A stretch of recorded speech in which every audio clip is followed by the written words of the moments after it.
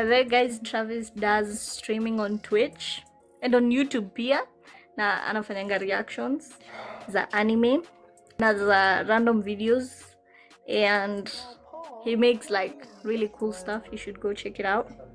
Yeah.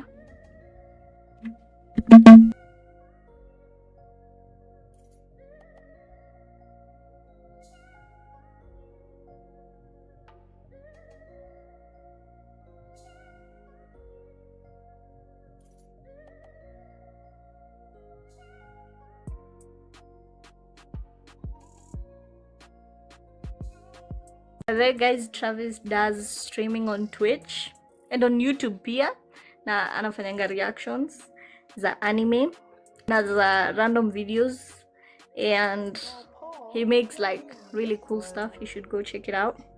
Yeah.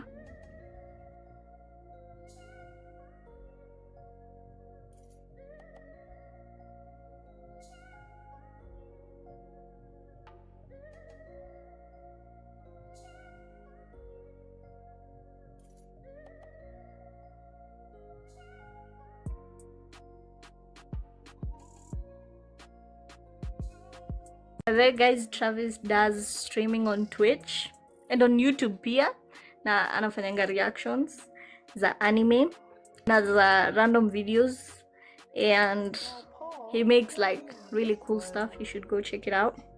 Yeah.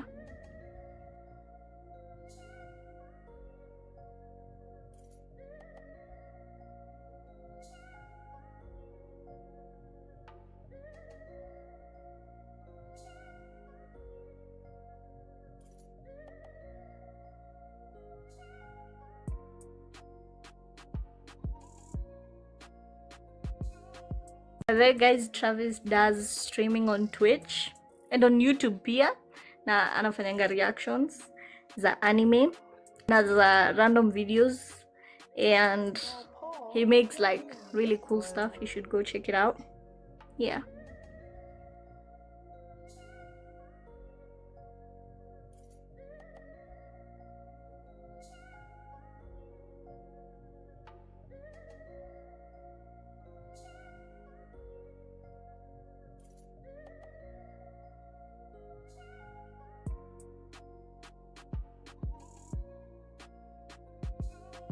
There guys, Travis does streaming on Twitch and on YouTube pia, na anafanyanga reactions za anime na za random videos, and he makes like really cool stuff. You should go check it out. Yeah.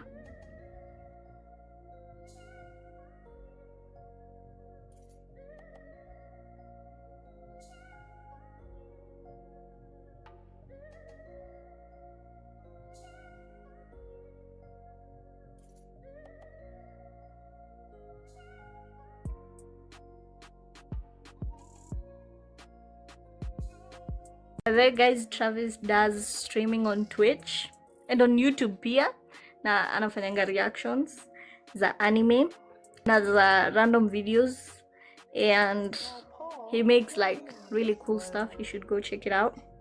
Yeah.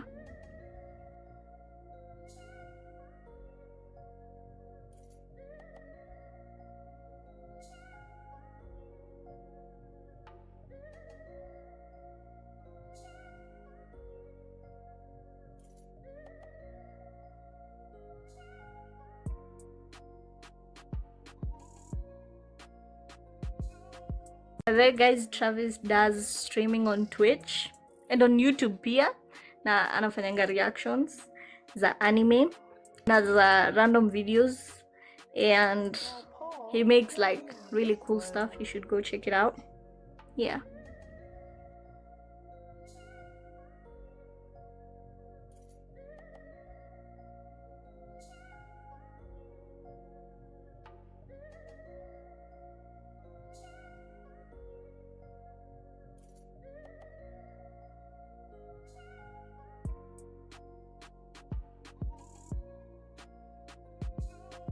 There guys, Travis does streaming on Twitch and on YouTube pia, na anafanyanga reactions za anime na za random videos, and he makes like really cool stuff. You should go check it out.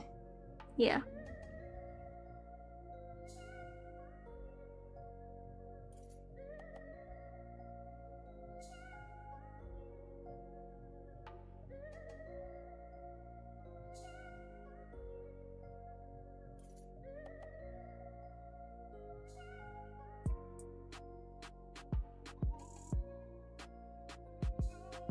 There guys, Travis does streaming on Twitch and on YouTube pia, na anafanyanga reactions za anime na za random videos, and he makes like really cool stuff. You should go check it out. Yeah.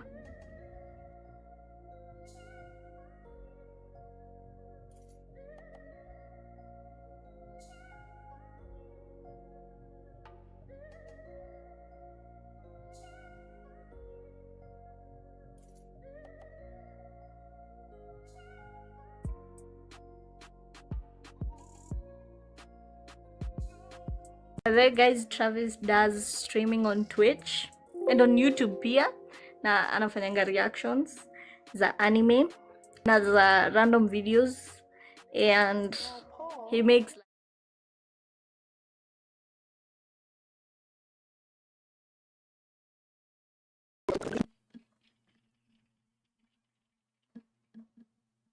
Guess who's back? Back again.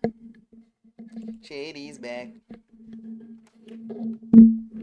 Tell a friend.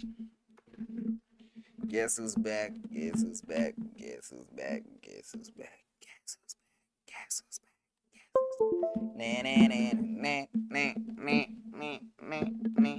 na na na na na na na. I really need to fix this sound. Wasamanga iko day lakini nasawini. There's a little bit of adjustment, a little bit of time, and a little bit of this, and a little bit of that, cause a little bit of this, and a little bit of that, and a little bit of this, and a little bit of that, and a little bit of this, but a little bit of that. Yep, this boy is back. Welcome to another stream, another stream, another stream, another stream. Don't forget to subscribe. If you're watching this, don't forget to subscribe. Tell me what you're watching at. Tell me the date that you're watching this for. The date. I'm really curious to see. I'm really curious to see how long it takes before it blows up. Anywho, before tuendelee mbali, si tunajua agenda za siku ni gani? Before tuende mbali, si tunajua agenda za siku. Chat. Niko na watch list ya leo. Hizi nimekora tu randomly. Pretty long, pretty short, pretty short, pretty long. Let me start with the shorter one. J Paris ni move down. Karibishe the bold one. Yes. And the light Yagami vid. Oh, also the dab. This is J Paris not on my own time because I already see them. Na kama nakuwa na time, nione the Lavington 350 million. I don't know why anybody needs a $350 million house, million shilling house. I have no idea why, but apparently it's there. The fake saint, the Indian movies need to go. Your boy research on a video funny. Indeed.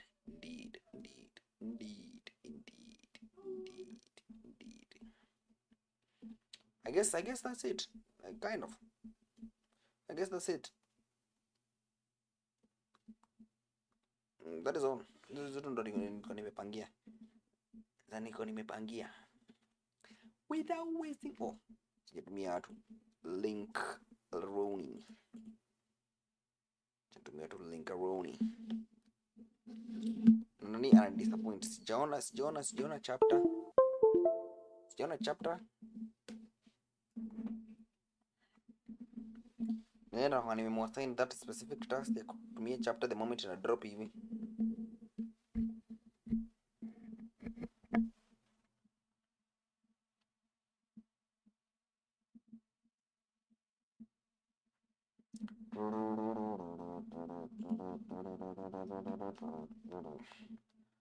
Wow, am I really gonna wait for it to load 70%? Okay, no. Let me just start. I'm just gonna start. And then takuwa nikiangalia. Anyway. KSI alitoka the sidemen. Sijui mbona alitoka the sidemen again. I thought alikuwa ametoka ngani. So, kuna video hapa hivi jamaa anasema the KSI situation is getting worse. I'm assuming he has an update or something. But that's the name of the first bit. The KSI situation is getting sad. That is the name of the first bit. Sijui kama ni update ako nayo ama yeye tu anajaribu clickbait. Anajaribu clickbait ndo tuweze kuingia hii video yake. You have to bear with me. It takes a couple of minutes. Scroll up over mbele before video load. Scroll. You have to bear with me though. Wait. No intro today. Yes. Finally. Black man in trouble. KSI has left the Sidemen, and oh no. He uploaded this black and white video, which almost made me cry, and the Sidemen made a response. Don't know who the Sidemen are? Well, basically they're a group of British guys and one Canadian who make YouTube videos together and run a big channel. This is a Canadian. Is honestly the hardest video I've ever had to make in my life.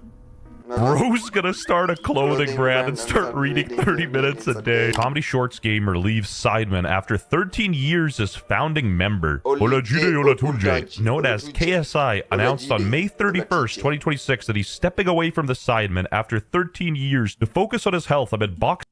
I mean, focusing on your health is completely fine. Lakini ikikuwa ni marketing ya kufanya kitu ingine ama clickbaiting ama pure cloud chasing.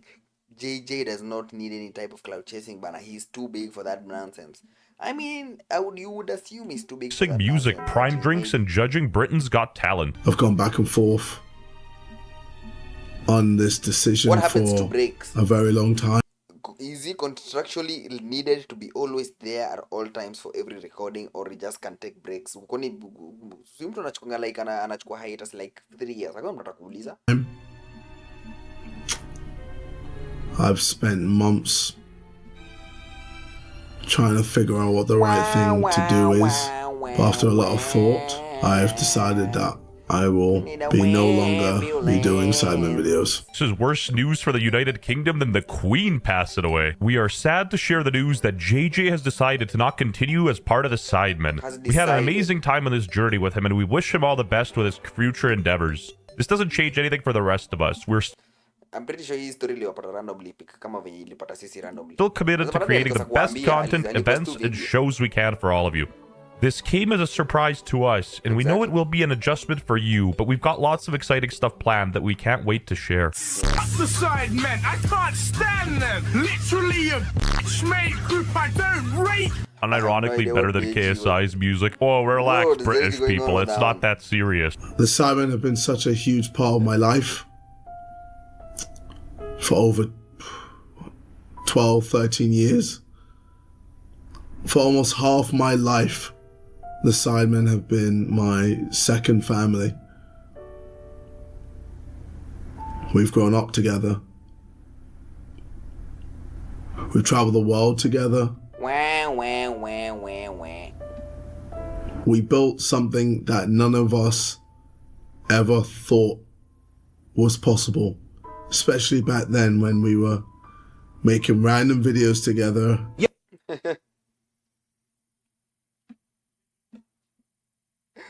The video with the mohawk is random, brody. It's so random. Why do I entirely have sound? I was gonna say it really ain't that silenced. deep, but the thing is, it is. Even the second coming of Jesus would pale in comparison to KSI leaving the Sidemen. Guys, it's a forfeit because Arsenal lost. People are speculating that this is all a troll and a LARP because Arsenal lost to PSG, and this is basically like the cost for British people. And again, their responses make me believe this is closer to bait than mental Bro, even Mr. Beast, I'm confused. Did you actually leave the Sidemen? Focus on fixing my work-life balance, Unk is 42 years old, hitting the 6'7". Was that the bite of 6'7"? 6'7"! Son, what is going on? Oh, shit. Here we go again. Unk did do this 8 years ago, which gave birth to the best diss track of all time. Creature was. Now, a lot of you guys will find this troll. It's not troll. He's told me this. I'm telling you, so undercover. This is most definitely troll. These people definitely have something coming. Randomly evil too, with no reason. He seemed like he was having fun with those Sidemen videos. Come on, dog. I'm watching this bullshit. You know what I'm saying? You go what I'm saying? It's too random. I'm not accepting it. News. He told me this, okay? He's actually left the Sidemen. Sure, buddy. I know how JJ is. I know it looks like troll. He's actually being dead ass. He's left the Sidemen. For almost half my life. The funniest thing is, Ron invited KSI to join Core and KSI declined. I'm sorry, but to me, the Core boys sounds kind of zesty. And those moments will stay with me for the rest of my life. We've been there for each other through some of the highest highs and the lowest lows of our lives. I've watched these boys grow into incredible men. I've watched these guys grow into fathers. I've watched them grow into husbands. And I'm so incredibly grateful to experience that journey alongside of them. Bro, I feel like he's holding in a laugh. If this is serious, bro's doing a decent job. You know, he should pursue acting instead of music. From the ring to the king. Still thinking it's fake. Oh, if BBC talked about it, oh, it's over. Like, at this point, I wouldn't be surprised if the royal family themselves commented on this. Sometimes my genius is... it's almost frightening. Yeah, this guy. Why is he talking to the boys as if he's going to die and leaving his final goodbyes? What watching Arsenal does to a mother... Holy crap, breaking news, the Times of Canada. Why is KSI leaving the Sidemen? YouTuber explains emotional decision. Top 100 songs Canada. The first 3 are Indian songs and then it's Drake. Anyway, if it ain't broken, don't fix it. Dude, just change the capitalization of a couple letters. Fair enough. I don't think anyone ever really expected. It's the method. I'm telling you, it's the method. Expected this to happen. In the video, he went into full details of exactly why he decided to leave the Sidemen, and he basically said that he just cannot give them 100% of his effort right now. He just feels like, you know, he has so much going on in his life. I mean, it's not even that hard to think about it for a second. If you cannot give them somebody 100%, they are your friends. They will get it. Chat, am I tripping? Chat, am I tripping? Maybe I'm tripping, but have people considered just telling you people, guys, I can't do this right now. Give me like a couple of years. If I figure things out, I figure things out. If I don't, I mean, I may never come back. But, well, I guess this is what it is. But this is JJ. This is the method. This is most definitely the method that he goes for when he's planning something. Fixing my work-life balance. Just so I can finally focus on my health and finally make time to see my family. Anyway, this was pretty funny. So Reddit found this. Didn't want to listen when I told you. Put me down repeatedly and disguised it as humbling me. Now you see the results, but act like you never knew what I brought to the table. Funny that now you listen to keep the foundation stable. Posting like a teenage girl that just had a breakup. Shut your chest up, you're almost 40. But I'm surprised music, if he continues to do music, weighs above Sidemen in his mind. And then his own personal channel, I actually feel like is the least important, actually. Hater hate Ludwig? He's right, to be honest. That's crass. I genuinely believe that no solo endeavor by KSI could be as good as some of that peak Sidemen content. Even Wanker FaZe Banks got in there and sort of made it about himself. Bro, even Wikipedia put him in the former members category of the Sidemen. You can't make it up. Must be like 9/11 for the unemployed and mentally challenged. Okay, this one might be a little too far though. What the hell? I'm not trolling. This is not a troll. This is genuine. JJ has left the Sidemen. JJ's ability to troll us is a talent. This is not a troll. On my life! Bro, this is real, okay? Yeah, cut the tapes. This guy gave it all away. Being seen as a bad guy! Bro, even CNN of all places. This was supposed to be clickbait. KSI left the game. Even Pokimane got involved for some reason. I feel like it can't be real. It has to be a joke because why would he leave? Why would he ever leave the Sidemen? Anything but starting a family. Make sure to go to JC's chat and let him know that KSI left the Sidemen. Okay? I know, chat. We know. I believe it's currently fake because KSI's an Arsenal supporter and they lost UCL and it was probably a forfeit within the Sidemen. But it could be real. I'm just saying, but it might be fake. So don't put all of your eggs into one basket. Road to Shock carries the Sidemen anyways. Good afternoon. Your mom looks like Kim Jong-un. There is no denying that KSI is an iconic OG What are YouTuber, these though. leaks? Yeah, with What the are timing these of the whole leaks from Arsenal game, I don't really think this is real. Is real? If you're still here, you have to subscribe, bro. You are unemployed as hell. You fit right into this channel's demographic. Come on, you don't have to call me out like that. I know I'm unemployed, but damn, son. Anyway, consensus, it's fake, and it's... Cecil is a man who's entitled... It's Kiki for something. I don't know which. I don't know what yet. Anyway, check out the... Cecil is a whatever.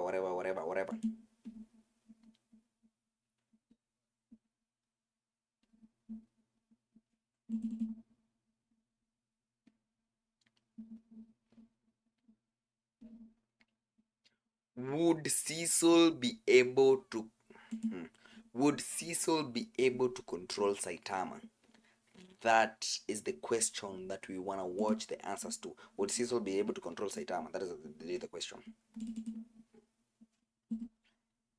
Entire methodology of protecting Earth revolves around careful management, crisis prevention, and emergency preparation. So how would that work when the world's most powerful superhero is one he'd have no hope of ever controlling through conventional means? Thankfully, Saitama happens to be an incorruptible hero with the sense to do what's right despite having the power to end the world in a single punch. But as we know, Cecil's not the kind of guy who'd let Earth's future rest on such vague footing. So could Mr. Stedman control our favorite bald superhero if he were to be discovered within Invincible's world? Well, first we'd need to imagine how he could be discovered. Picture it, Cecil standing in the GDA control room, while the dispatchers monitor communications and hotspots in the region. Donald appearing a moment later and saying, "Sir," with a vaguely concerned look on his face. Cecil knows that look. Something's not right, or something's happened. Probably both. Then he asks Donald what's the problem, with a face of his own that's prepared for the worst. A giant sea monster attacked the beach downtown. It might be the biggest we've ever seen, but Donald, contact the Guardians immediately and get them down there. I'll try to get hold of Invincible and... Sir, it's already been killed, with 0 casualties, and not by one of ours either. What? Then by who? How? That's Where? just it, sir. It was... And then the camera would transition to a worn pair of Crocs at the beach, slowly panning upward to show a mysterious figure standing there in a pair of swim shorts and a Hawaiian shirt. Damn, son. Look at this. The red arms, matching the red Sharingan. Shorts and a Hawaiian shirt, rising higher and higher until it reaches a bald head with a blank expression. And Donald would finish his sentence by saying, "It was a man they said was bald." Come on, you have to admit, that would be so good. It's not too much, it's not too little, it would be just right. Now, this isn't a full-blown what if, so I'll not dive too deeply into scenarios, and if you're watching this video, I'm going to assume you know these characters already. Anyways, it wouldn't take long for Cecil to get Saitama into the GDA's headquarters after that incident. At this point, Cecil will be hitting him with the GDA version of 20 questions. Who are you? How did you beat that monster? What are your powers? Wait, what do you mean you beat anything with one punch? Donald is wild. Bro is goofy, he's a goofy goober, but a full-on android. Where is the difference? Punch. Do you have any relation to the bum known as Two Punch Man? You get the idea. Saitama wouldn't be anything crazy to look at, but with his power already proven and Cecil accustomed to So we all agree that he one-shots invisible, right? Like this. Sneezes. And Mark is gone. Mark loses to randoms. A sneeze from Saitama, he dies. I promise you, a sneeze from Saitama. Bring me Emperor Mark, I do not care. One sneeze like this from Saitama, he's dying. People being far stronger than they look, such as Invincible himself, Cecil will be taking Saitama seriously right off the jump. It's important to note at this stage, the GDA would be aware Saitama has a concerning level of physical strength via supposedly one-shotting a giant monster. However, they wouldn't be thinking he's above Viltrumites just yet. For Cecil, a Viltrumite threat is at the top of his oh my god list. But if Saitama had a mustache though, that'd probably make Cecil crap his pants. Anyway, while they wouldn't be thinking this newbie is on Viltrumite level, it wouldn't be a surprise to think. So Saitama worked out till he lost his hair. Does that mean he cannot grow a mustache? That's wild. The gears inside Cecil's head are already beginning to turn. Then, Cecil would offer to make Saitama a hero. To everyone's surprise, Saitama will probably tell them that he's already a hero. And while Cecil and Donald would respond that they've never heard of him and that heroes are usually registered with them, he'll tell them that he just does it for fun. But not before being disappointed that no one knows who he is apparently. However, any previous experiences of finding crime already solved or dangerous monsters dead on arrival would start making more sense to Cecil and Donald the more they thought about it. Whether it's immediately or after they invite Saitama back at a later date, Cecil would ascertain that he's not got some run-of-the-mill cape on his hands here, but a powerhouse with huge potential. This is where he'd bring Saitama in for testing. Saitama would probably... Did I just hear potential man? He did just say potential man, right?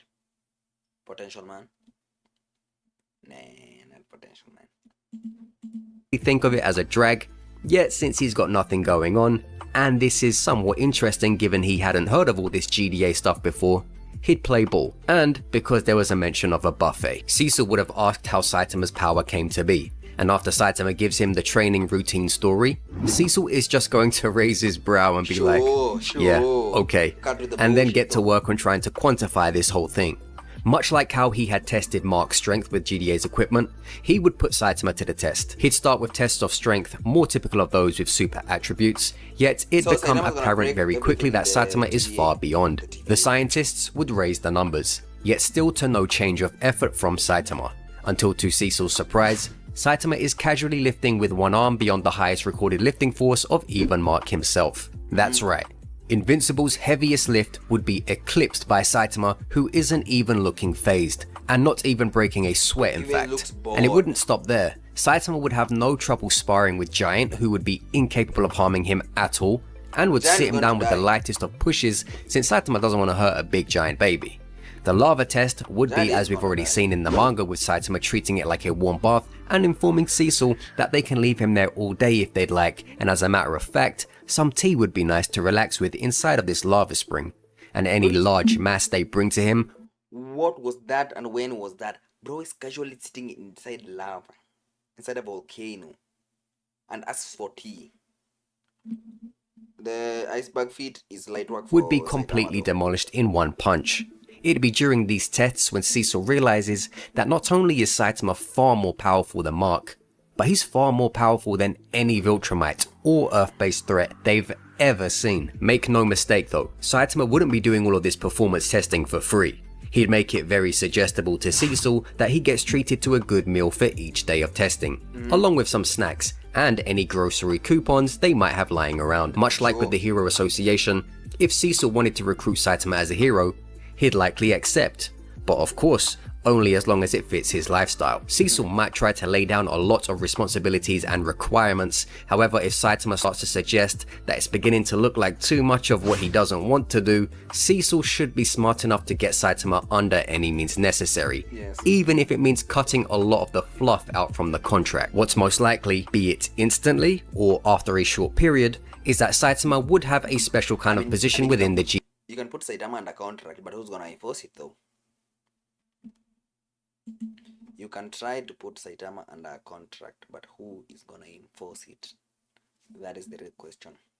You can say, oh, you're obligated to do this, oh, they all did after 2 nights, after 2 years, after bara, yappa, yappa, yappa, yappa, yappa, yappa, yappa. But who is gonna enforce this contract if I break it? CDA, which reports directly to Cecil, and only Cecil, or for typical emergencies where Saitama can be relied upon to work with typical dispatchers. Essentially, Saitama wouldn't be treated as a regular hero or even a Guardians member, since he likely wouldn't even show up for their meetings half the time, nor cozy up with the team. So Cecil would use him as a separate asset for anything which requires him, similar to that of Invincible. It wouldn't be lost on Cecil during these interactions that Saitama isn't quite like anyone he's used to, which is more absurd given the power Saitama wields. Cecil would know that he's potentially got a Viltrumite eradicating machine on his hands, and someone who could single-handedly defend Earth from any threat which enters the atmosphere. Yet it's almost as if this man is operating through life on autopilot with a lack of general emotion compared to the average superhero. This baldy only shows emotion when cells are mentioned or his outfit gets torn. With Mark, Cecil has to navigate around. But I keep forgetting that Saitama's clothes get torn. His gloves, though, those things are indestructible. His personality, desires, fears, and more. And he has his own challenges with other heroes in his roster. However, Saitama is a different game entirely. He seems untethered to the world around him. The thing that would truly bother Cecil isn't just Saitama's strength, it's that there's no explanation from his perspective. Viltrumites are aliens they understand. Robots have programming they can reverse engineer. Monsters mutate through nuclear material and environmental changes. But Saitama? A guy did some push-ups, went bald, and became stronger than physics itself. Cecil's gonna lose the rest of his remaining hair trying to figure this out. He would have had Saitama spied on during this time period to see if he's missing something, only for the reports to always come back the same. Saitama walks around for a while, goes to the supermarket, saves anyone in need, then goes home, and the process repeats. The strongest man in the world lives the life of an ordinary person. Save for the hero part, obviously. Cecil almost wouldn't believe that it's really this simple to have a trump card sitting in his pocket who isn't asking him for anything outrageous or acting like a ticking time bomb. And with no strings attached either. No evil father, no Saitama variants, nothing. Just Cecil's lack of true control over limitless power. He would be able to give him a home with the rent covered, money for all of his food and bills, but those are not things which can completely bring Saitama to heel. Not that Saitama is someone you need to monitor at all times, but Cecil's paranoid enough to worry the worst. Yeah. Cecil would want... He's gonna start losing his hair more than he lost his hair, just worrying about the man that can one-shot Viltrumites. And he has not even realized that he can one-shot Viltrumites. Atajaribu zile vitu fulani zenye anaekianga kwa masikio, sijui anajaribu nini, until I realize it ain't working, bro. To do everything he could to create contingencies in place in case Saitama ever had to be stopped. But anything he'd try ultimately wouldn't work. Not to mention, Saitama won't appreciate being treated like a problem either. Eventually, Cecil would have to settle for acceptance, even if he didn't want to. No matter what DNA scans he runs, how hard they try to find his limit of strength, or however many heroes, kaijus, or anything else they throw at him, with his permission of course, Saitama will be unpassable. Cecil's attempt to keep Saitama protecting humanity at all costs is, sooner or later, going to boil down to him flatly saying, "Please stay on our side and answer the phone when we need you."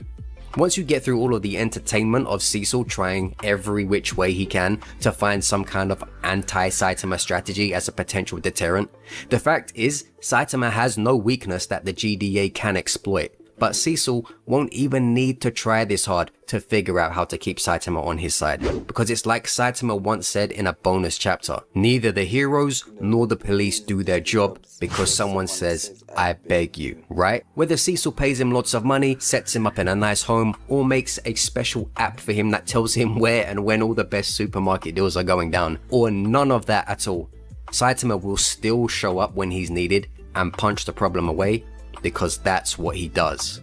Truthfully, something I often see people never touch on when it comes to discussions about Cecil and Saitama is that they'd likely have a brief but legitimate beef if Saitama noticed himself being followed or spied on. Saitama doesn't like that kind of underhanded attention. No one does, really. But it'd definitely bother even someone usually relaxed like him, and he'd confront someone at GDA about it, be it Cecil or the nearest employee who'd relay that. This isn't something that'd have Saitama lifting Cecil up by his collar or anything like that, but it would definitely get his back up, to which you'd hope Cecil would get the message after. He'd be pointing his finger at a drone he noticed in the air around the neighborhood shouting, "Oi, stop following me around everywhere. I already told you I'm on your side." So, could Cecil handle Saitama? Sure. It's not hard to handle Saitama, as long as you let him be himself and don't try to force him into things he doesn't want to do or partake in. Could Cecil control Saitama? Hell no.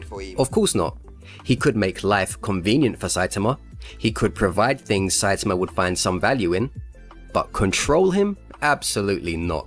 Cecil would have Saitama on call as the emergency One Punch Man, able to bring him in for the most dangerous of threats when the Guardians can't get it done. And maybe he'd utilize GDA resources to house Saitama up somewhere close to their base, or in an area which allows him a well-rounded time to reach most heavily populated areas so that he can be dispatched at a moment's notice to hotspot areas for danger. That'd be the closest Cecil could come to controlling him in a sense, similar to how Saitama currently lives in the Hero Association apartments. Yet, as explained and as many would already know, Cecil wouldn't need to control Saitama even if his instincts were telling him he does. Cecil is usually a smart guy. There'd be enough learned experiences and proven loyalty involving Saitama after a set amount of time where this trope of Cecil needing to have both hands around the neck of a situation would have to soften up, because with a character like Saitama, it would literally not be within Cecil's ability. After what happened with Nolan, after so many years, and I see that one happening. He's still gonna be paranoid. Knowledge or resources to achieve full control. Again, taking Saitama's character into account, he'd be giving far less problems for Cecil to worry about concerning his nature. There's no Viltrumite connection to worry about, Saitama wouldn't threaten to hurt Cecil over disagreements, and the guy doesn't even kill humans during his hero hobbying either. Sooner or later, Cecil should have the understanding to let lingering paranoia about a rogue Saitama go, or at least he's gonna let it go enough to allow Saitama to work. He's gonna let it go enough to let Saitama to work, but he's never gonna let it go. Some way, somehow, he's still gonna research a way to stop letting it worry him so much.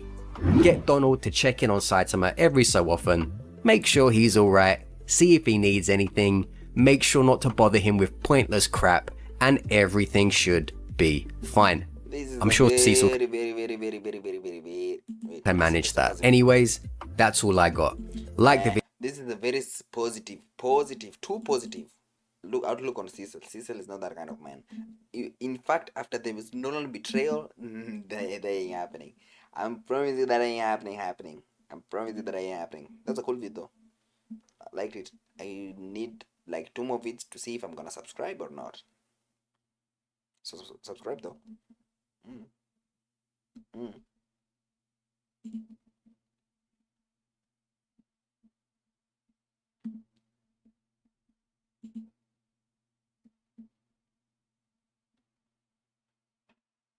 Let me see.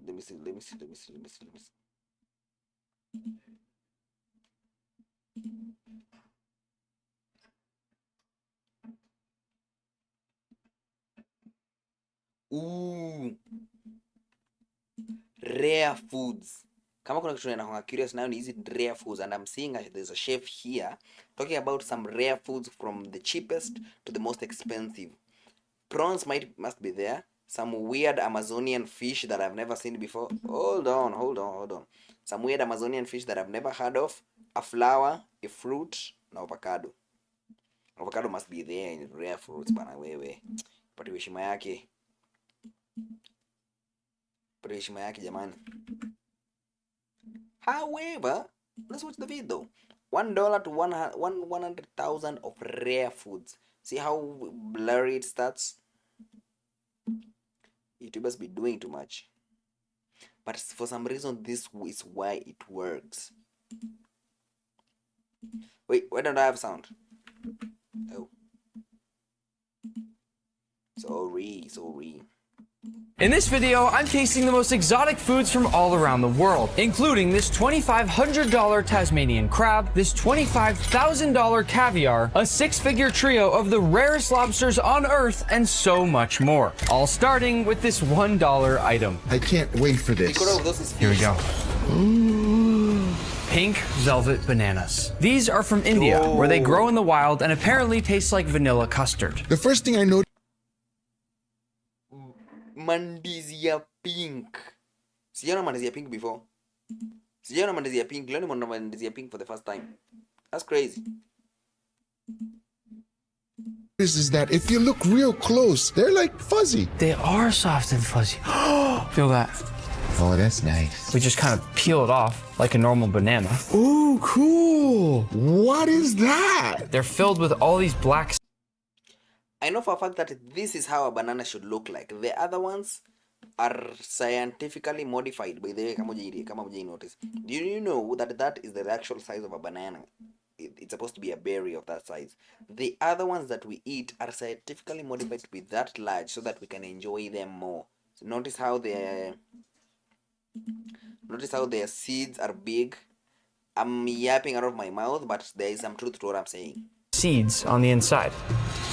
Not bad. Kind of reminds me of like vanilla marshmallow. I get like a creamy sort of melon flavor. And at the end of each round, Guga and I will also have to agree on whether all of these exotic foods coming up are worth their exotic price or not. I think it's fair to say that pink bananas are worth the $1. Moving on to our $5 item, we've got this black silky chicken. These chickens. Yeah, the chicken that is black. I've seen this before. I've seen a TikTok about it. Chickens are from China and have a rare genetic mutation that turns the meat and bones completely black. I thought it'd be fun for us to turn this into. And the feathers are white. This is the weirdest thing. Oh, there's a cock though that has black feathers. Like everything about it is black. Black KFC was not on my bucket list for today though. Charcoal fried chicken. What? We'll start by making a quick wet dredge with some buttermilk, egg, and some charcoal powder. Then we'll whisk it up. Sorry, Nick. And once that's mixed, we'll make our dry dredge and prepare all our chicken just like you would any normal fried chicken. And now it's time to fry. It's like jet black. While these are cooking, our dipping sauce will be my brand new Osmo Magic Sauce. You can think of it like a hot sauce that you can put on everything. If you haven't tried it yet, go get some at your local Walmart before it's... I already put hot sauce on everything. What's the difference with this one and the other ones?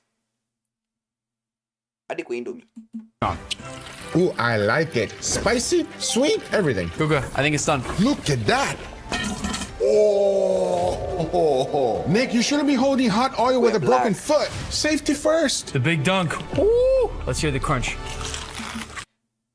They be doing too much. It's so crispy. It is, but it's not as good as regular chicken, so I'd say this one is not worth the money. So black KFC is not worth the money. I would have told you that, but you do not want to hear it. Anyway, that is a waste of $5. This was what's a $10 rare food. Our $10 item, we have durian. No, Nick! This is from Malaysia, and it's known as the king of fruits, but it smells so bad that it's in dragon fruit. It's a dragon fruit. What do you call it?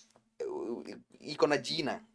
Banned from hotels, public transit, and airports all across Southeast Asia. Durian is the most confusing fruit in the world. You either love it or you hate it. I happen to love it. He happens to hate it. Yes, with a passion. Let's see if we can change your mind. To cut into it, follow along the seam. Oh boy, it's about to get bad in here. I gotta wear gloves for this because if I don't, the smell could stay on my fingers for days. And you wanna eat it? We wedge it open. They're not that easy to open. Oh ho ho! It's always looked a little bit like a chicken breast to me, and durian has become extremely expensive and hard to get in many places because people love it so much. I've always described the smell as everything bagel hot garbage. That's the perfect description. At one point, durian was my least favorite food, but then I was eating it in Malaysia one day and something crazy happened. Suddenly, it tasted like beautiful, soft, creamy vanilla custard and ripe tropical banana. I love it. How can you like it even if you have to wear gloves? I'm gonna try. I'm already telling you, it's not worth it. Don't do it.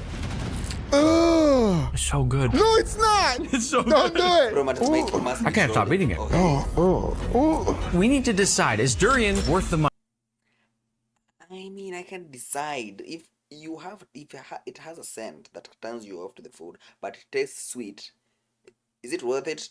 I don't think so. But I'm gonna give it a try. Nikipata chance naweza penda nipe nikule. Nijue tu.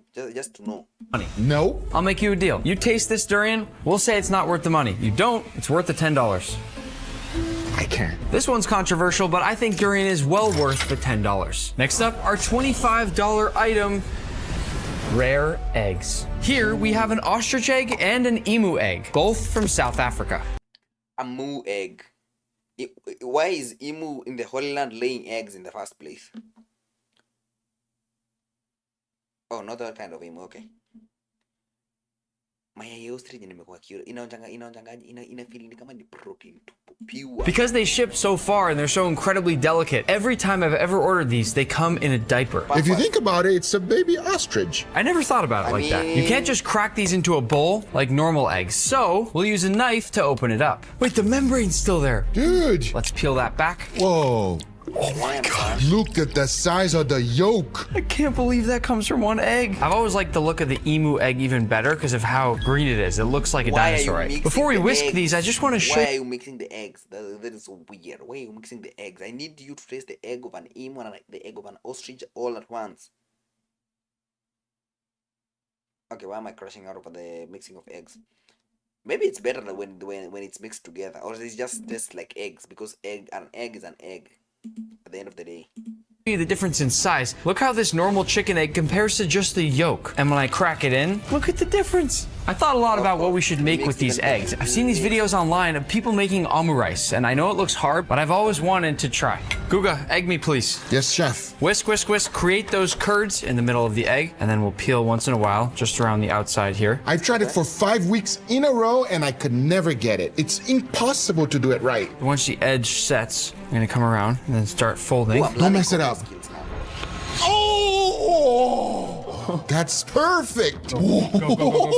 Guga, come on, rice. Oh my gosh. Nick, it looks perfect. Boom.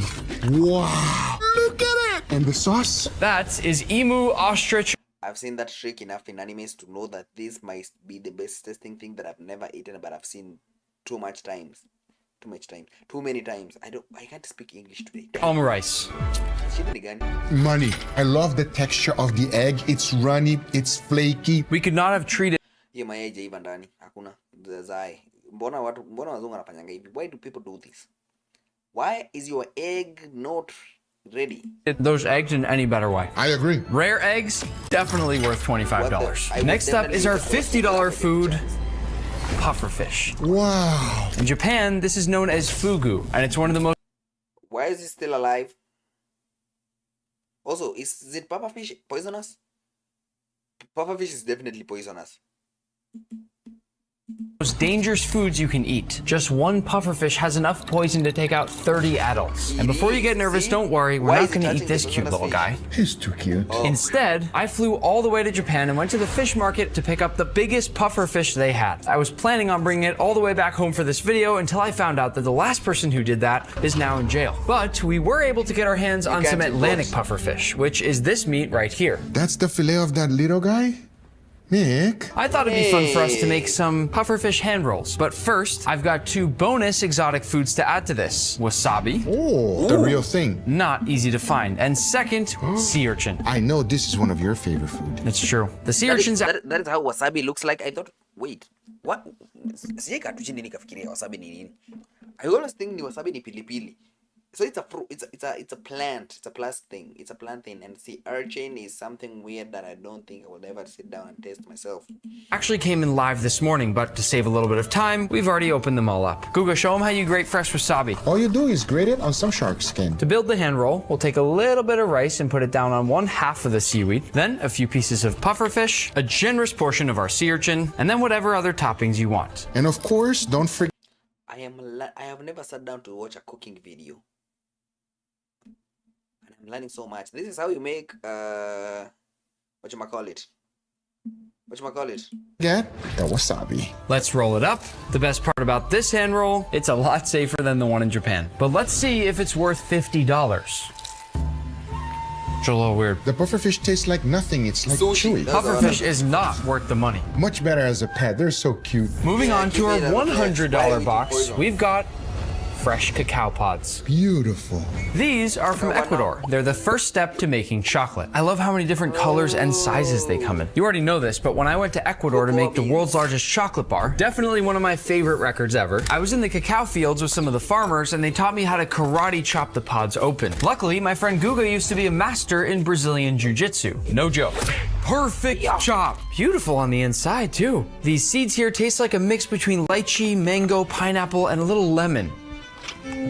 It's so good. Oh, look at those. That is a fresh one. Oh my goodness. When it's fresh, it's foamy, like the frothy milk on top of a coffee. If you suck off all that fruit, that seed on the inside is what we use to make chocolate. But because I literally just made it a few weeks ago, I'm gonna show you in 10 seconds how it's made. So you eat, then you keep the beans that go on and become chocolate. I mean, are they employing people to eat the fruit and get out the beans? I don't know. I need to be employed there. All you do is ferment these beans, then roast them and peel off the shells. Then you blend that down into a fine paste, add in some sugar, temper, and you've got fresh chocolate. You're making me hungry, Nick. Now That's it? That's how you make chocolate? How much is a flight to Ecuador, and do I need a visa? I want chocolate. Go get some from the vending machine. Let's go. In addition to that vending machine, Mr. Beast also sent this briefcase which has a surprise for some of you. It's filled with signed Feastables peanut butter cups, which are quite rare and exotic because they don't exist anywhere else on Earth. I'm going to send these off to some of you who are subscribed, and you'll have to decide for yourself whether or not you want to keep them sealed or eat them. I will say they're the best peanut butter cups I've ever had. They're made with real chocolate and simple high quality ingredients, and the peanut butter is also creamy, just like you'd find in a jar. They also happen to be my grandma's favorite food. I secretly filmed her the other day, and you gotta watch this. That's quite a good combination, almost too good. If you didn't know, Feastables ethically sources their cocoa, pays their farmers fairly, and only partners with farms that protect children. Go try some. $100 for those cacao pods. Was it worth it? I'd rather just buy chocolate. It's definitely an ad. Oh, I fell for an ad. I mean W ad if I didn't even notice it. Agree. Cacao pods are not worth the money. Moving on to our $250 item, we've got Queijo Figueira. Oh, wow. This cheese you're about to see is from Brazil and has won gold at the World Cheese Awards. It's also gone extremely viral online for its unique look. And I got the whole wheel. Come on in, Beatrice. This cheese is so incredibly hard to find. We had a subscriber very kindly fly all the way from Brazil with the wheel. Mas como que você conseguiu isso daqui? Porque lá no Brasil mesmo é impossível de conseguir. I don't know what they're saying. Muito obrigado. Wow. You don't understand what is in front of you. There's the label. Fully legitimate wheel of cheese here. I still can't believe it. This is so rare. It's hard to get it even in Brazil. Woo! You smell it? It smells horrible. It smells like stinky feet. It's very moldy, huh? Yes, it is. Look at it. And listen. Let my African brain speak for a minute. I do not understand the concept of cheese. In kama you're pushing mala to the extreme, and why do people want to put it on everything? I do not get it. I don't like it on pizza. I don't like it in macaroni. Somebody made me macaroni and cheese. I do not like it on that. I do not I do not understand the concept of cheese. And aged cheese, at least the longer it stays, is more stick, jamani. Okay, let the shop cook. See what I did there? We get one cut. Oh. Coca. Is it as good as we thought? It's better. No. I can't believe you got it. Smell it. Oh my gosh, it smells so good. Yes, the inside is good. The outside is like stinky feet. It smells nutty. It smells buttery. It's like this perfect combination between cheddar cheese and Gruyere. I think it's the best smelling cheese I've ever smelled. So the outside of cheese is the one that smells bad? I do not. What? What? Let's first take a little taste. Look how holy it is. A little bit more like Swiss cheese than I thought it would be. A little Swiss, a little Gruyere, smells like cheddar. Super buttery. Incredibly nutty. And you can feel the funkiness. Yeah, it's a little weird. What are you gonna do with it? I've got a pretty good idea in mind. Of course, what else could I expect? Should we dive in? Yes, let's go. Let's dip. A cheese farm. Oh. Look at how beautiful that looks. That cheese is amazing. See what I'm talking about? Cheese on everything. This one is a tortilla. The other one was eating a burrito. He's eating them with Pilipili hoho in English inaitangwaje? Gotta get a baguette up in here. Is that too much? I don't think so. Oh, A I'm gonna baguette. melt. Look at Sorry, that. not a I tortilla, really a truly baguette. think this is the first time anyone's ever used this cheese to make a cheese fondue. Brazil will be proud. Is Queijo Figueira worth $250? Yes, 100%, even more. So, wait, I have a quick question. Sasa zenye hii kitu niko sure ni cheese kubwa haizi maliza yote. Hii machine ni achangwa ina run ama kuna masa anazimanga anaenda na in storage then akitaka tena anawasha tena. What happens with cheese fountains and chocolate fountains and other fountains of the sort that people go eat through?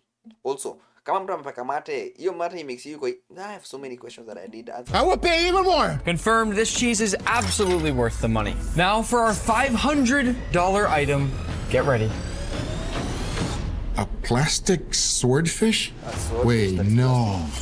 We got a whole swordfish. Of course we did. You may be thinking to yourself, swordfish isn't that exotic, but with the sword on, it is. Fishermen always cut these off at sea because they're extremely dangerous when you leave them on. In fact, this is the first time I've ever seen a swordfish with the sword on. Not for me. One almost took me out. It's a shame it didn't.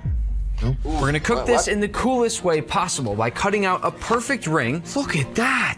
Then we just need to make the second cut. Wow. Now we salt bake. This might make me love swordfish again. All you do is combine a bunch of salt in a bowl with a couple of egg whites, a small splash of water, and then mix it all together. Most restaurants charge hundreds of dollars to do this to fish, but you can do this all by yourself at home with just a few simple ingredients. You know your salt is ready when you can grab some and it holds together like this, but then crumbles back easily like wet sand. To put it together, add salt to the bowl, and then spread up the sides like this, and in goes our fish. We cover the fish in the bowl. It's gonna get a little messy now. You'll see what's gonna happen in just a moment. Just trust the process here. And this next part's gonna be a team effort. I'm gonna push this down, and then Google, ready? Flip. The reason we salt bake, it traps all that moisture in there as it cooks, and it should come out beautifully steamy and soft and flaky. Optionally, you can also finish it off with a little fish scale design. And Google, go bake this. That was quick. Yes, chef. Let me just reach into my pocket here. Whoa! Is that the swordfish sword? Just a little sharpen. It's not gonna cut it, man. It's cutting. I'll be honest, I didn't think it was gonna cut it either. Ow! What? I'm just kidding. Oh. Can't believe this is working. Do the honors. I mean, it's a sword. It's a swordfish. That worked extremely well. Open that up. Can we take a bite? Yeah, but first let's take this out. Oh, it's falling apart. That's how you know that it's tender. That did not happen normal. I'm just gonna slice for both of us. Are you cutting the swordfish with the swordfish? Just to show how fall apart flaky it is. Wow. See that? Cheers. Cheers, brother. Whoa, that is delicious. It's so juicy. I can't believe how juicy it is. There is water dripping off my hands. It's the best swordfish I've ever had, by far. Me too. Keep in mind, we only got one piece, and we have an entire swordfish back there. Was it worth the $500? Yes. Swordfish, worth the money. Next up is our $1,000 item. A box? Not just any box. This is elvish honey. This honey comes from a single cave in Turkey that's 2,000 meters deep. And I also got some full honeycomb frames to show you what it looks like before it's placed into the fancy bottle. That looks expensive. They only harvest from the cave once a year, so we got bottle 131 out of only 200. That's a real cool bottle. I say we try a little bit all by itself. Open up like a baby bird. Doesn't taste like normal honey at all. Not very sweet. It tastes a little bit like honey-flavored medicine in the most beautiful way, though. And it's very smooth, too. It's not a thick honey. It's a little bitter. Towards the end. Quickly, I want to turn it into one of my favorite sweets of all time, honeycomb candy. I love honeycomb candy. This is going to be the most special honeycomb candy you ever have. Mix it real good. If we're only at 1,000, I cannot wait to see what's coming up next. Keep watching, because we still have almost $200,000 worth of exotic foods, including one that's so rare it should be considered priceless. Get ready for this, because this part's fast. For the baking soda, we stir, watch it puff up like this. That is awesome. And then quickly, we go on to our baking sheet. Wow. Oh, and just wait to see how it looks after we crack it open. Let's let it cool. How good does that look? It smells incredible. Here we go. Oh! That could not have broken any better. Let's taste it. Oh, it's real good. I can't believe how light and airy it is. Sweet, but not too sweet. The snap, the crunch, definitely worth the money. Moving on to our $2,500 item. A Tasmanian giant crab. This is one of the largest crab species on Earth, and almost nobody outside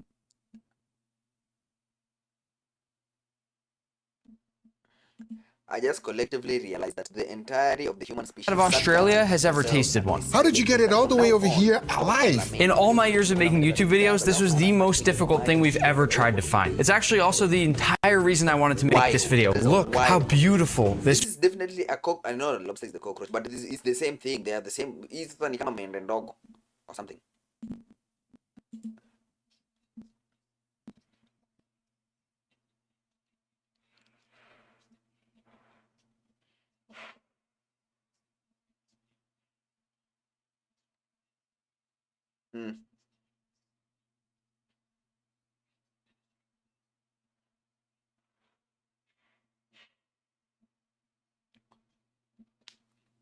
Why are we cooking the baby?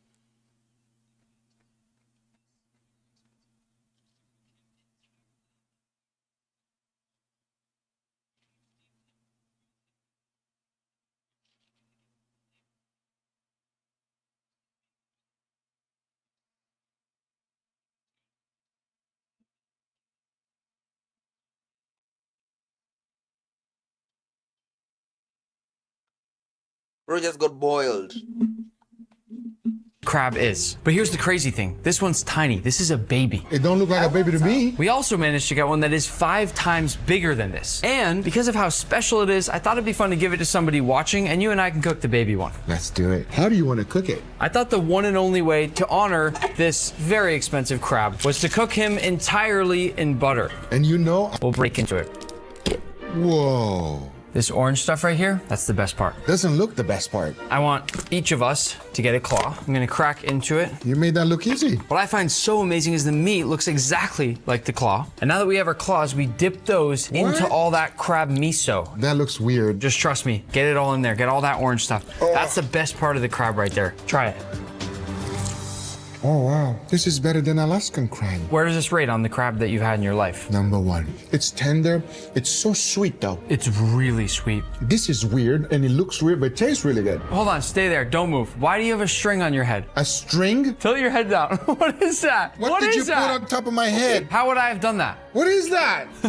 But the big question, worth the money? $2,500? I mean, it's good, but not worth the money. Moving on to our $5,000 item. Black winter truffles. That's a lot of truffles. These truffles came from Italy, and they've been hunted down just for us by special Italian truffle hunting dogs. This is enough truffles that I probably should have had a security guard at our door today. That's true. We'll know if this is a real fresh winter truffle if it's black on the inside. Because the summer ones are white. Here we go. Oh, make it rain, Nick. The inside of the truffle is almost like an art piece. And the smell. Like the forest. Let's first try it plain. What even is a truffle? I don't know what that is.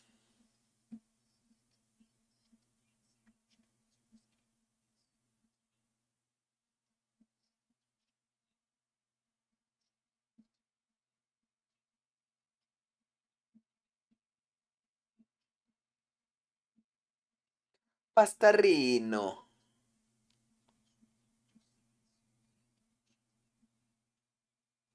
It's so good. It's earthy. I would even say it's a little bit like chocolate. And now, we're gonna make a beautiful handmade truffle pasta. We'll whip together a quick, simple pasta dough. This one step will take us about an hour, but I'm gonna show it to you in just seconds. We'll cut it into portions and then roll it out into a beautiful pasta sheet where it'll eventually be cut into spaghetti. Try not to get distracted along the way like we did. And then finally, cooked. Once it's been beautifully plated, we'll top it off with some herb oil. And of course, more black winter truffle. Tell me when. Keep going. Don't stop. Nick, keep going. Tell me when. Guga, seriously. No. Guga, tell me when. Keep going. Guga, this is... Nick, keep going. Yes. Don't stop.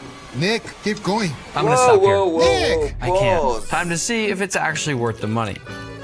I'm gonna go ahead and say it. Yes, yes. No. It's so good. You cannot disagree. I don't like that much truffle. Don't use that much. You didn't say when. You're paying for it. Then I get to decide. Black winter truffles are not worth $5,000. Our $10,000 food is Japanese fruit. But not just one. We got a full Japanese fruit basket. All right. Japan grows the most famous fruit in the world. Fruit there isn't food, it's more of a gift. In fact, many of the stores in Japan that sell fruit look like jewelry stores. Do you even know what all of these fruits are? Muskmelon, dragon fruit, mango, strawberry, white strawberry, custard apple, horned melon, sudachi, loquat, melon pear, and yellow dragon fruit. I only had this one here, and I remember how much it cost. How much was it? It was about $2,500 just for the melon. The record melon sale in Japan was $36,500 for 2. It may look crazy that a basket like this could be $10,000, but to be honest with you all, it actually cost us even a little bit more to get this whole spread here. Wamenunua ton melon $10,000. Acheni mchezo. Ton melon wakuja hapa hivi dodoli niwaonyeshe ton melon vile zinakulagwa. Muskmelon though, I have never had that. I don't think I've ever seen it outside of One Piece.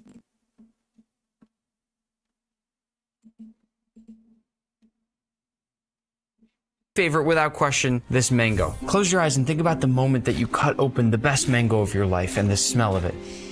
This smells like that without even opening it. It's so incredibly fragrant.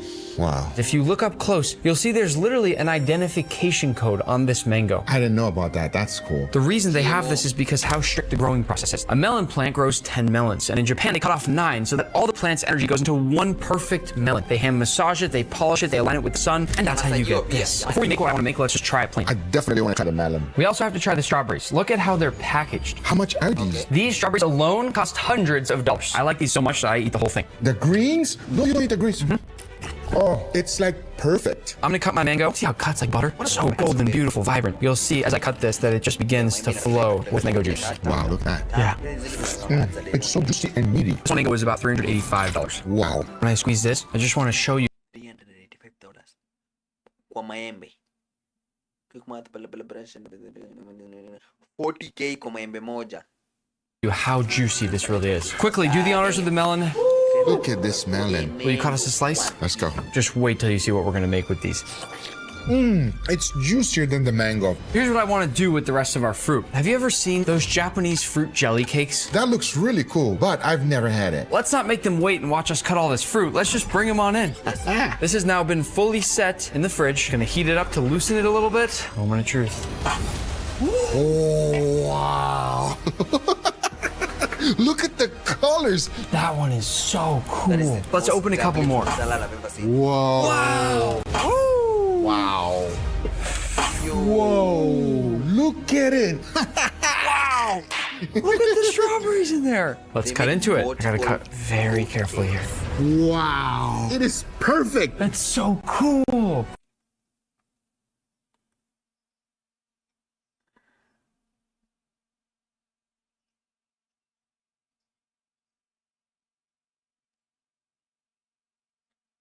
No.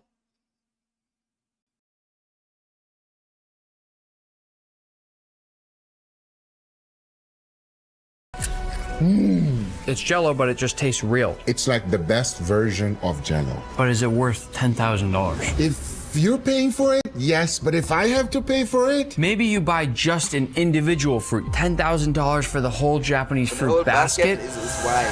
Not worth the money. Moving on to our $25,000 box, we have Almas caviar. I've never seen this before. This caviar only comes from Iran, and Almas means diamond in Persian. I only see black caviar. This one is white. Well, that's because it's just super rare. It comes from 60 to 100-plus-year-old fish called albino beluga sturgeon, a species that's been around since before the dinosaurs went extinct. I have a really fun thing we can make with this, but before that, I say we take a little taste. That's about $1,000 right there.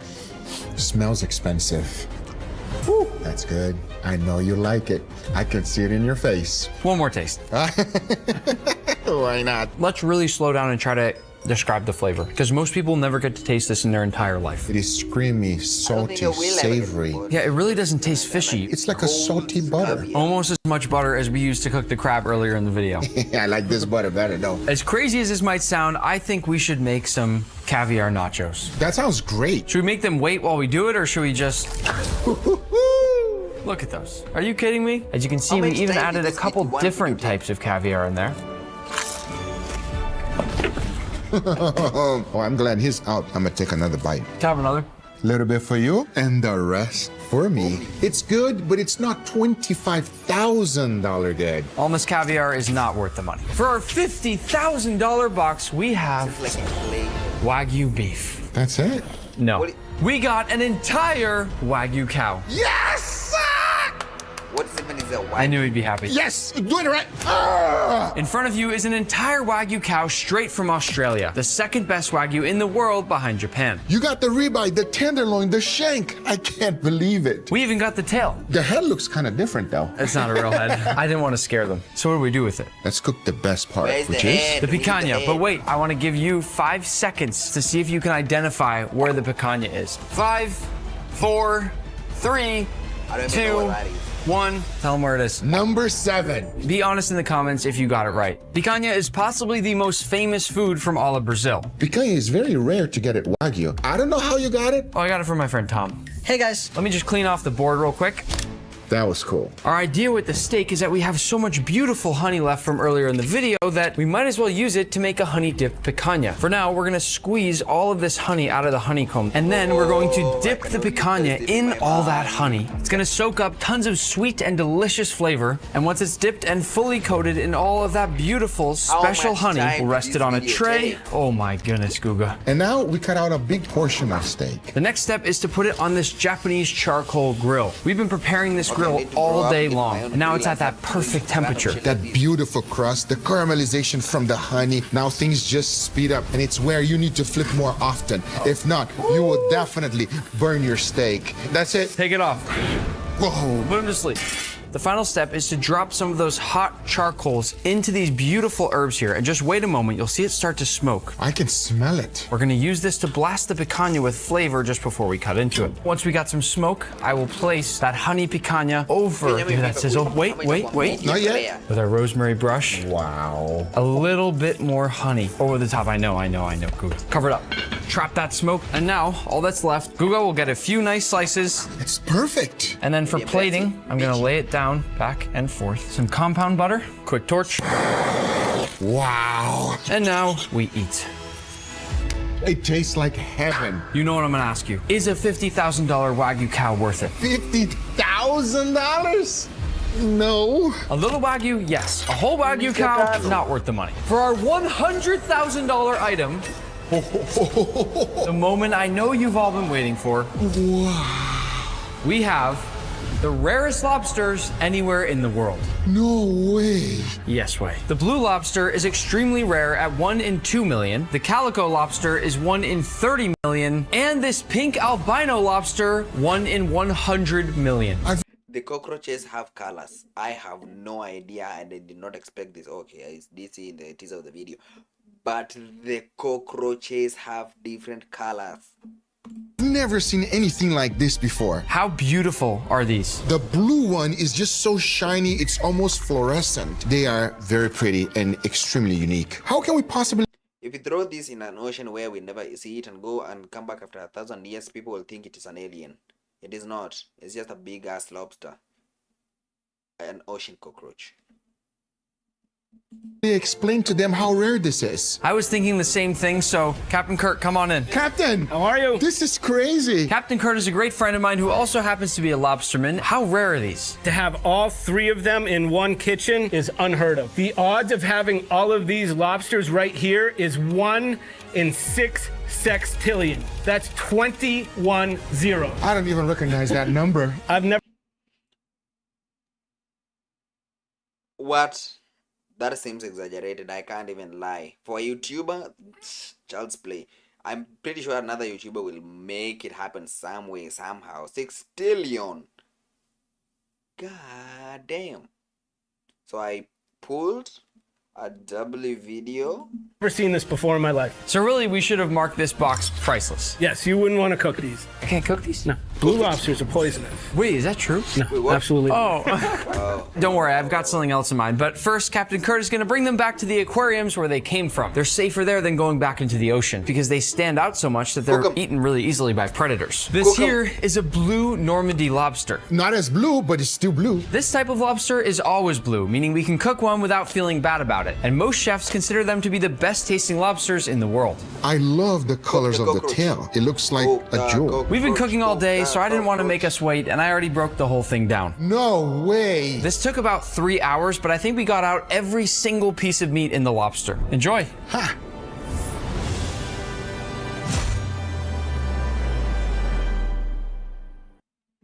So he's not gonna cook the cockroach?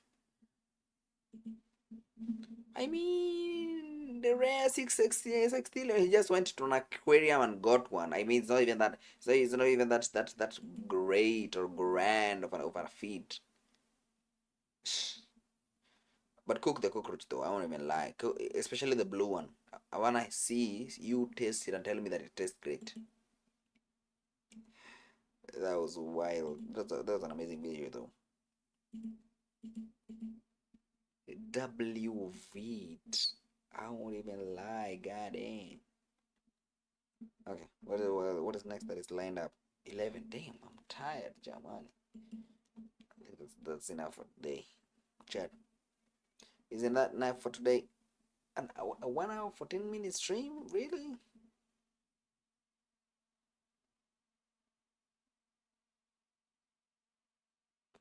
Nah, I'm gonna watch that later. I wanna see these.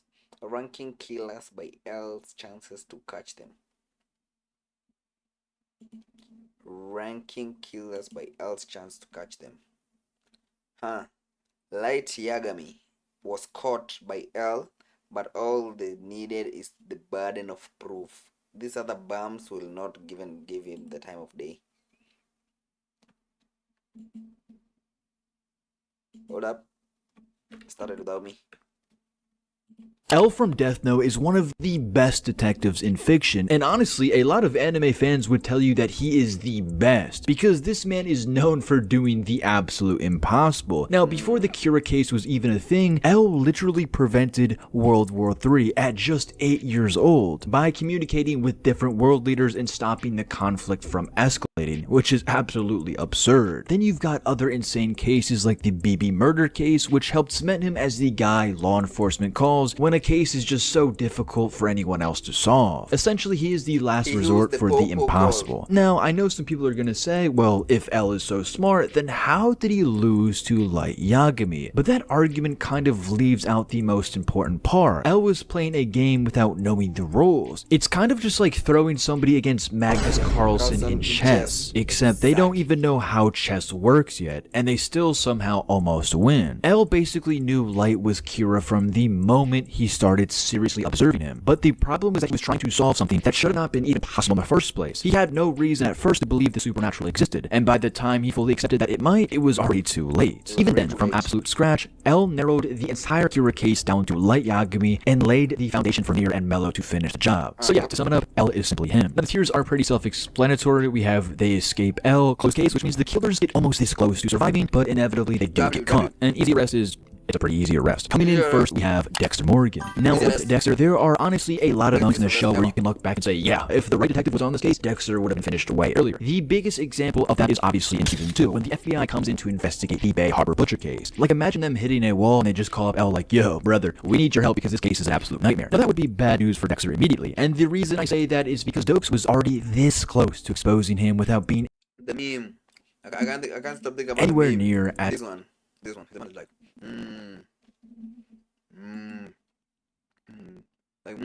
as analytical as L. Dokes caught You know it is. I just approve it. onto Dexter purely off instinct. He literally caught Dexter in the act of moving a dead body in trash bags onto his boat. That is how close Dexter was to being done. So if a guy like Dokes could sniff him out just from a gut feeling and pressure, then L would absolutely pick up on Dexter too, and probably even faster. Now I'm not saying this would be easy because Dexter is still Dexter. He is very careful, and whenever he feels truly threatened, his go-to move is usually to get rid of the threat before it gets rid of him. That's why he survived as long as he did, but the difference with L is that Dexter could not play that same game here. He can't just isolate L the way he did with Dokes, because the second Dexter even tries to make a move on L is way too used to operating like somebody wants him gone already. One weird move from Dexter and L's suspicion turns into full confirmation, and once Dexter feels cornered, that is when he becomes the most dangerous, but also the most vulnerable. So no, I don't think this is an easy arrest at all, but honestly I do think that L will inevitably catch Dexter, but this is going to be a close case. Next we have It's going to be an easy arrest. That is giving this man too many props. He's careful. He's careful. The greatest detective. I'm pretty sure he has solved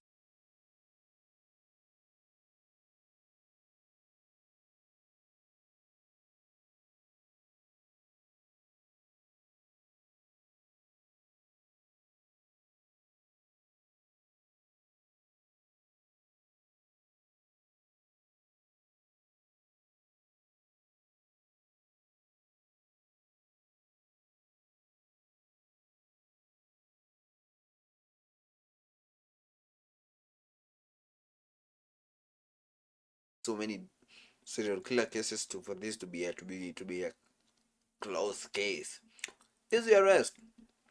have Johann Liebert from Monster. Now, this is a debate in the anime fandom that's been going on for absolute years, and I'd like to give my take on it. Johann is the type of killer who doesn't just kill people with his own hands, he destroys people psychologically, which allows him never to get his hands dirty, and that is what makes him so difficult to catch. With physical killers like Dexter or even Hannibal, there is at least a more direct line between the suspect and the crime. With Johann, the case becomes very tricky because so much of his damage comes from influence rather than just straightforward action. And if we're talking purely about putting someone behind bars, Johann might be one of the hardest people here to ever nail down in a legal sense. I do think L would realize eventually that Johann is the person who is behind all of this, just like he did with Light, but I don't think he would know it's Johann as fast as he knew Kira was Light. But proving Johann in a courtroom is a way completely different beast. So in terms of intelligence, I mean, L can definitely keep up with Johann, but I think Johann has him beat in terms of actually putting him behind bars with enough proof. So yes, I do think Johann escapes L. Next we have Walter White. The biggest problem for Walter White is that even though he is brilliant, he is nowhere near as in control as he really thinks he is. He survives because he improvises well, not because he actually has everything mapped out half of the time. Honestly, I still don't even know how he made it as far as he did, like genuinely. His whole empire is held together by lies and those last second moments where he barely wiggles his way out of a disaster. But at the same time, you know, let me stop downplaying Walter for a second, because this man absolutely does have the brains. He might not be physically imposing, but he got as far as he did by using his head and thinking fast when everything around him is falling apart. A lot of the time when Walt finds himself trapped, he is able to come up with something on the spot and somehow flip the situation in his favor. That being said, I still don't think there is anything in Breaking Bad that shows me that Walter could actually outsmart somebody like L. I mean, L is just on a completely different level when it comes to solving cases, so Walter really just stands little to no chance. Walter's intelligence works best when he is dealing with people who are either underestimating him, emotionally attached to him, or just simply not fully aware of what he is capable of. With that being said, I think Walter gets arrested pretty easily in this scenario. Next we have Hannibal Lecter. Now, I can truly see this going both ways, because Hannibal is not some sloppy killer leaving fingerprints all over the place. He is one of the most polished and patient serial killers in fiction, and understands human psychology on a level that lets him manipulate almost anybody he comes across. The average investigator is already at a disadvantage against Hannibal because they are still trying to operate like a normal person dealing with a normal criminal. Now, I think L would pick up on Hannibal way quicker than most people ever could. L is the kind of detective who starts getting suspicious when somebody just seems too perfect. Like Light, he was a grade A student, loving family, and a beautiful girlfriend, which, when you really think about it, why did he throw all that away? I mean, I guess power just really consumes people because, brother, he had everything. The issue is that Hannibal is incredibly hard to prove. I think L absolutely could identify him as the Chesapeake Ripper, but getting enough concrete evidence to put Hannibal behind bars would take some serious time. Like, this guy genuinely leaves no evidence behind. Like, he's squeaky clean. L obviously wouldn't be able to get any evidence from the crime scenes. He would have to catch him in the act or trap him. Still, I do think L could get there, maybe eventually, because Hannibal's ego is one of the only things that can betray him. Hannibal loves being around intelligent people, and the longer he engages with L, I feel like he could honestly probably slip. I feel like he could escape L, and L could also catch him. I don't know, this one might be controversial, but I think he might escape L, but then also you could say it could be a really close case, but I would have to put him over Dexter, obviously, but I don't know, man. It really could genuinely go either way. Like, I would put Hannibal in 50-50. Next we have Red John. Now, this is one of the roughest cases for L because Red John is less about direct physical evidence and more about control and information. For those of you who haven't watched The Mentalist, Red John has a network of loyal followers in almost every field, like law enforcement, that help him become unstoppable. Like, this is not just about catching one killer, it's about navigating an entire web of manipulation. At the same time, Red John's biggest weakness is also the reason somebody like L is dangerous to him. Red John loves performance. He wants people to know that he is the smartest person in the room. And L is exactly the type of person who can punish that kind of arrogance. Now, I think L would understand that Red John is building his power through psychology, misdirection, and institutional corruption. And once he starts narrowing down the social patterns, L can become very terrifying, but it really would be hard because Red John, again, is literally hidden behind a group of people. Yes, in the show, Patrick Jane knew about Red John eventually, but he never could get enough evidence to actually put him behind bars. He actually had to just simply outright just kill him. There was no evidence he could ever find. Like, seriously, the hard part would be getting through the corrupt layers around Red John before Red John can have him removed or misled. Again, this one is really, in my opinion, could go either way, but I don't know. I would say he escapes L, but I don't know. I really just... I don't know, this one is honestly, in my opinion, very tricky. Next we have the Zodiac Killer. What made the Zodiac so hard to catch was how messy everything felt. The random attacks, the ciphers, and the constant need to remind everybody that he was still out there every time bro just got bored. Well, I mean, he never got caught, so he had to be doing something, right? I mean, like, so it doesn't even matter what I'm saying. But at the same time, that is also, I think, someone like L would be a huge problem for him. Because every time the Zodiac would send out a letter, he's going to give L more to work with. Like, when you're up against L, don't make it easier for him to catch you. The more you give him, he will eventually catch you. Now, I would have to say Zodiac Killer would end up in a close case, because you can't just say this would be an easy arrest. L would still have to take his time going through all the encrypted messages and trying to narrow down who the hell the Zodiac Killer was. So obviously it's going to take some time. So I can't just say it would be easy, but eventually I do think L will catch the Zodiac Killer. Next we have the Riddler. Riddler is basically the type of criminal who cannot help but stitch on himself in the most dramatic way possible. Like literally every time the Riddler drops a body, he just has to put a little riddle around the crime scene for someone to find. And as I already said, the Zodiac Killer, if you keep giving him clues, eventually he's going to come and find you, brother. All L would have to do from there is intentionally control the police response, ignore clues on purpose, or pretend they interpreted something the wrong way just to force Riddler into correcting them. And you already know the Riddler is not going to be able to resist. Batman usually gives the Riddler the satisfaction of feeling like some grand intellectual threat. L would treat him like an annoying kid who keeps raising his hand in class for attention. Just kind of like the Zodiac Killer, all the riddles are absolutely annoying, brother. Like in Arkham games, bro, like that, dude, that was one of the worst experiences in my whole entire life playing video games. Like all of the riddles in the game absolutely pissed me off. So honestly, just because they pissed me off, I feel like they're gonna piss L off too, so I would put him in close case. Or it could be argued that he's an easy arrest, but actually, hold on, this is genuinely an easy arrest. What am I talking about? This guy literally calls himself the Riddler and has a costume with question marks on it. Brother, if you see him in real life, brother, you're gonna know that's the Riddler, so what am I talking about? And next we have John Kramer. Now, Jigsaw is a weird one because whether you call him a serial killer or not, he's obviously orchestrating death on a massive scale. John's biggest weapon is that he frames himself as morally above the label. He sees himself as some kind of teacher rather than a murderer, and that self-image gives him a weird confidence. He would cut right through the moral nonsense and treat the situation exactly as it is. And a lot of what makes him hard to catch is that he always is 10 steps ahead with apprentices and traps designed to continue even after his own death. But I think people overrate how untouchable that makes him against someone like L. L was amazing at understanding intent and hidden structure. The second he realizes Jigsaw is not just one isolated killer, but the center of a philosophy-driven machine, John's entire empire only works because other people keep it alive. And the more people get involved, the more chances L has to crack the operation open. Screw it, we'll put him in close case. Why not? So yeah, let me know what you guys think. I think Red John and Hannibal could go in close case, if I'm being genuinely honest, but 100% Johan Lieber escapes. Is going to be hardest. And it's good. You have to prove he has to that he's directly involved in matters. So the process the fact that I've gotten, I don't think L is proving. He's proving that he's coach. I don't know. It's going to be hard though. I never lie, it's going to be hard.